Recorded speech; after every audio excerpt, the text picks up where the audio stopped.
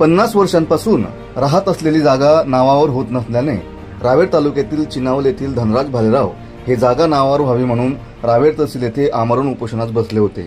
तहसीलदार बंडू कापसे यांनी उपोषणाची दखल घेऊन सदर प्रश्न त्वरित मार्गी लावण्याच्या सूचना केल्या व आश्वासनानंतर आमरण उपोषण त्वरित मागे घेण्यात आले। यावेळी ग्रामसेवक आणि जलसा ग्रुपचे अध्यक्ष विनोद इंगळे यांच्यासह गावातील मंडळी उपस्थित होती।